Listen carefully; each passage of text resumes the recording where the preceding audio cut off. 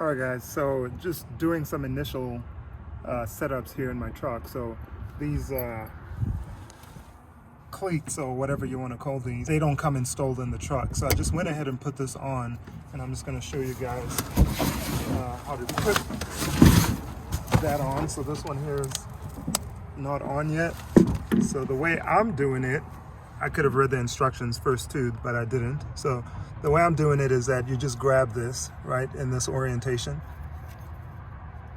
like that, and then you put it in from the bottom, and then you just kind of pull it up, and then you kind of have to wiggle it all the way up. I got to do it with two hands. I don't think I can do it with one, but I pull it all the way up, and then this lock right here, let's just take it back down.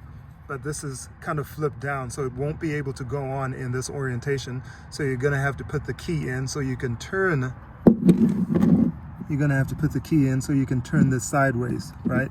So depending on how yours come out, mine just came out like that. So out of the box like that. So I put this key in, and I just kind of turn it so that it's now like that. All right. And then I'll put this in and squeeze. Okay, so that was hard, but I got it on there.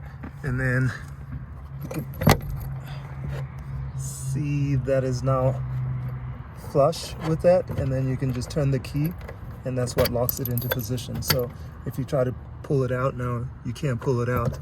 So that is now secure. So that is how you set these things up.